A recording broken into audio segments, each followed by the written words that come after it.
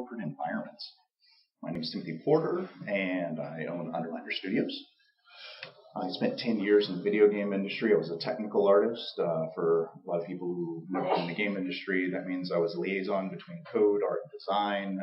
A lot of my time was spent either speaking, educating, or building tools and toys. So I would help out the art team be able to either integrate with the code team, or I would build them a tool so that they would integrate faster.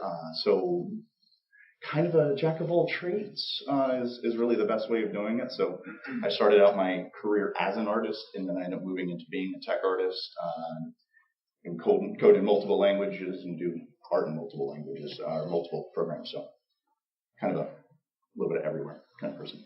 So what we're going to really kind of cover is VR is obviously super new. Well, this generation of VR is super new, and the things that we can do with the HMDs, the head-mounted displays, is very different than we had previously. We can do full room scale, we can walk around, we can do just a whole bunch more compared to what we've done previously. We're also having mobile experiences. The big thing that we need to look at is how do we work? How do we work together? And obviously, I think a lot of the solutions that are going to come out of this are going to be from the more faster-moving environment of entertainment and video games. So I'm going to go ahead and bring in some of the ideas and some of the paradigms that we've been working on, and hopefully it can help you in your corporate environments.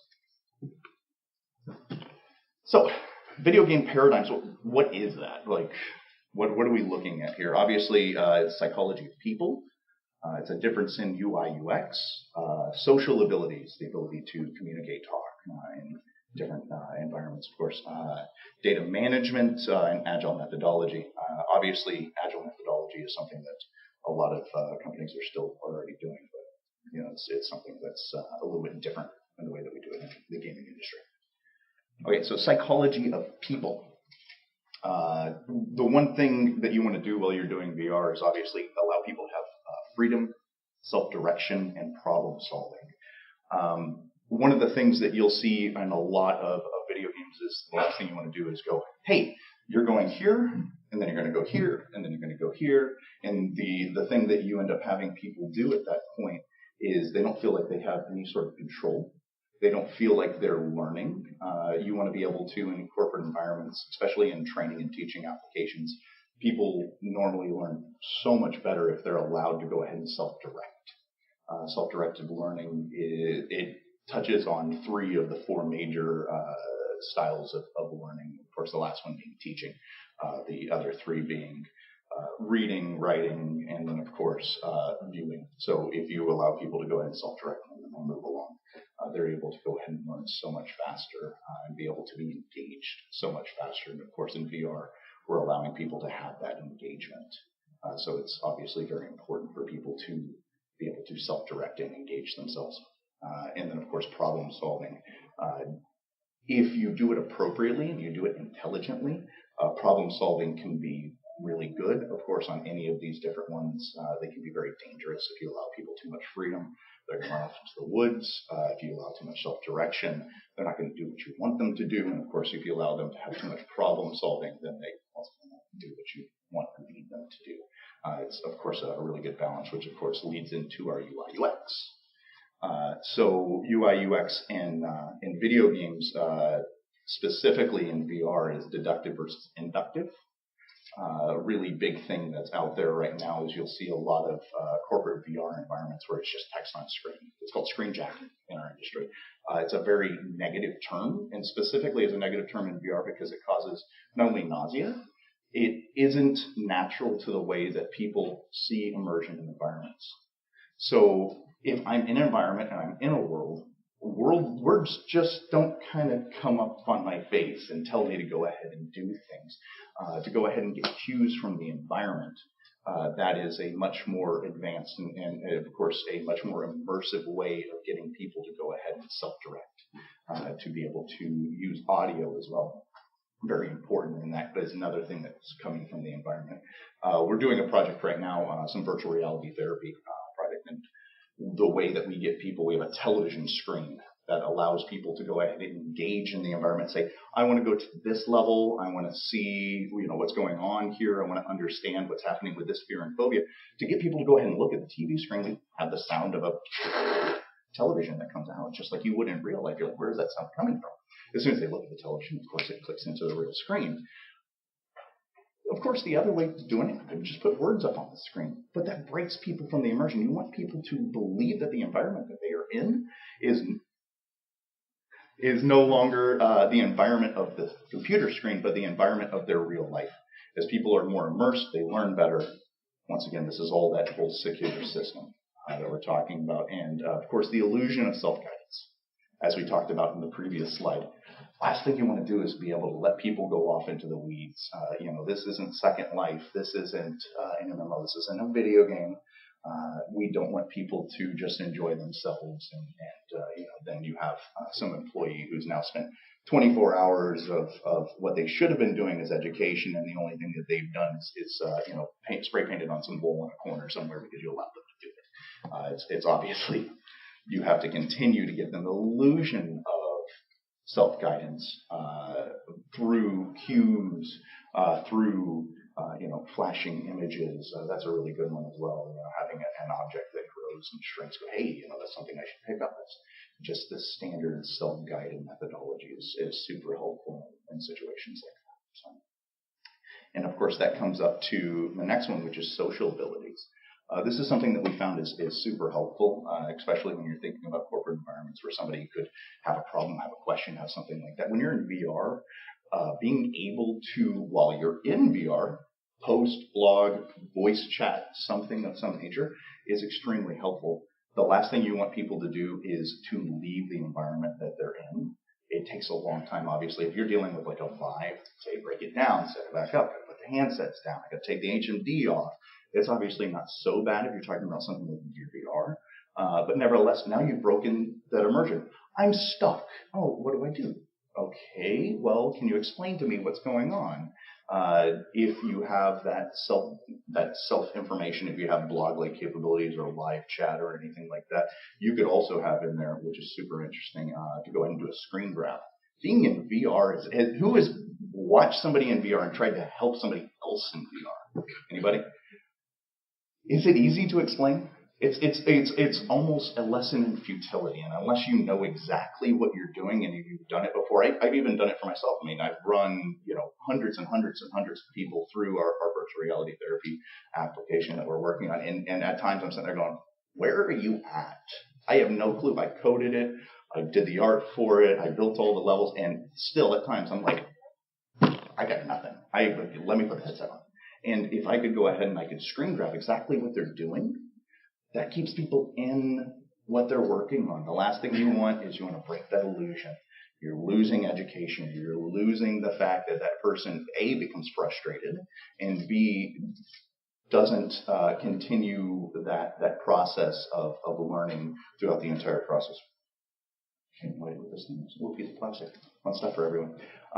So obviously the next thing that is really interesting, and this isn't necessarily VR related, but this is video games, and especially mobile video games.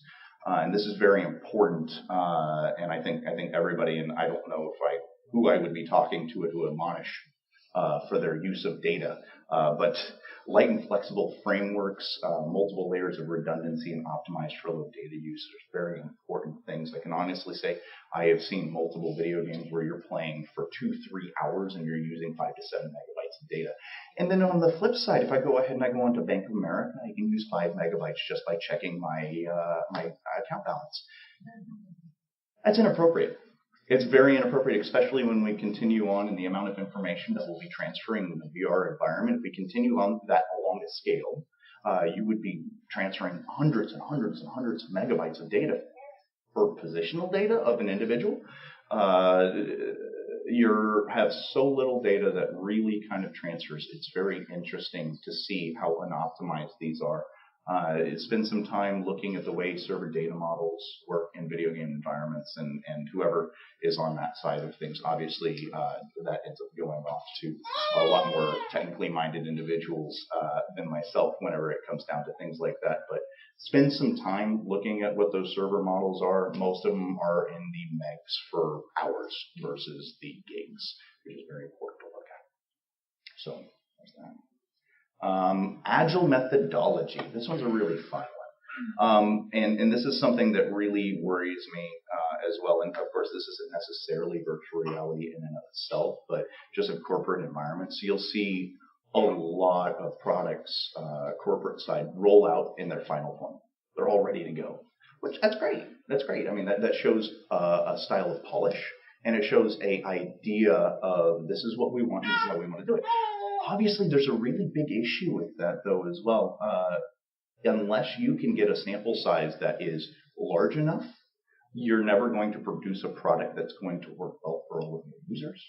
You have to be very careful when you're launching to make sure that you have thought about everything. And I don't know how many different times I've seen a corporate product go out where it fails miserably just because of poor UX design, poor UI design, and of course, just little holes, little, we call them red bugs, or you call them, showstoppers.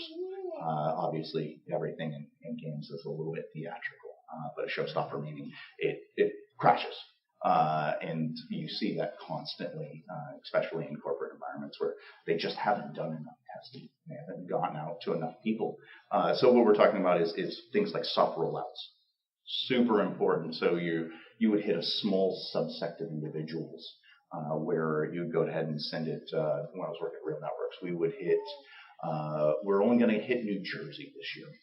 We're going to wait until the beginning of the year to go ahead and start rolling it out to another location, whenever we would do anything. And in fact, we would do on top of that what's called A/B testing. So half of our users would get this, half of our users would get that, and let's see who gives us the most quality assurance reports. So that's always the easiest way of getting it. If you're going to put it into someone's hands before you can have enough quantitative data to say that it is just a small subset of people that are having a problem at an acceptable level, then just expect that you need to A/B test and you need to put it into smaller environments to not affect your entire consumer base. There's that. The next one on there. What are video games not? What are video games paradigms? What do we not want to do? And this is a really big one that's coming up because obviously a lot of people go, what are we going to learn from video games? Why do we want to pull that from video games? Most of the products are only up there for like 3-4 months and it's pulled, or nobody really plays it. Obviously, the latter is not necessarily truthful anymore. You have millions and millions of users that play games every single day. In fact, a lot of them go ahead and even go to the level of Twitch streaming. They'll show what they're playing, what they're doing. There's become, and some of you may know, that whole subculture of video games being an entire lifestyle. What are they not in corporate environments? They are not gamification. You do not want to do architectural redesigns. And the last thing is having competition and leaderboards. So that's obviously something that's super indicative of video games, and the last thing you want to do is have things like those. So let's go ahead and go on. Gamification. A lot of games have leveling, and that can be useful in certain environments. It can be very helpful, especially things like workout apps or weight loss apps. Some educational systems can be helpful when it comes to that, but by and large, completely useless to go ahead and have your players level or users level, obviously not all players. Directive teaching and learning, even if you're teaching someone and say, hey, you got to go ahead and do this module, you don't want to take the route of this is level 1 that you're going to look at, this is level 2 that you're going to look at. You just continue to slice someone up through the education level because most people, A, get bored, and B, find no interest in doing it. At the end, you have somebody who will click and choose the correct answers, especially the way most of the environments and most of the tests go through, where you allow somebody to test 15, 20 times. They'll just find a way around it, or they're trying to get around it. And academic style learning. That is something that pushed itself I would say really kind of when the mobile market came out, academic style learning went into video games, and you'll see that with tutorial-based games. Let me tell you how to go ahead and play this. How do you jump? How do you do this? And obviously there are ways to teach and ways to talk, but that is poor UX. And especially in VR, that's extremely poor UX, because then we're talking about the inductive versus the deductive style of teaching. The better way, of course, would be to have the environment tell you, why don't you try to do this? What can you do with this? Why is that blinking? I don't know. Let me touch it. Let's go ahead and figure out what's going on. So you definitely don't want to go ahead and have all of that in there. It's a horrible way of doing it. Architectural redesign. Obviously, a lot of products have been out decades. The last thing you want to do is take the product that you currently have and entirely build the product over. And then, of course, at the same time, the last thing you want to do is try to shoehorn something in there. Most systems interact naturally, especially in the gaming. If you notice, a lot of the different paradigms that I was talking about don't involve a lot of redesign work as far as how you're building things. Some of it's a UI redesign, minor things here and there. Some of it's a little server-side redesign. Of course, that can be a lot larger, especially when you're dealing with some of the larger databases. But the thing that you want to do is have the ability to pick and choose what you're working on, be able to put things in one at a time. That goes back, of course, to the soft rollout. That goes back to A/B testing and making sure that your product is slowly being enveloped into whatever you expect or whatever you want to be able to take from gaming paradigms. So there's that. And then, of course, this is the last one, and this one's a really fun one. Competition and leaderboards. It's just completely useless in most applications. Obviously, you don't want to go ahead and put that into a banking account. This is the guy with the most bank money. Yeah, I don't know. Completely useless in most cases. There's a lot of overhead when that comes to it as well. There's a lot of data that has to be held. There's obviously no real use to go ahead and have that in there. And then, of course, it's a customer confidentiality nightmare in most cases. So I wouldn't bother trying to put any of that stuff in there. Not very interesting or useful.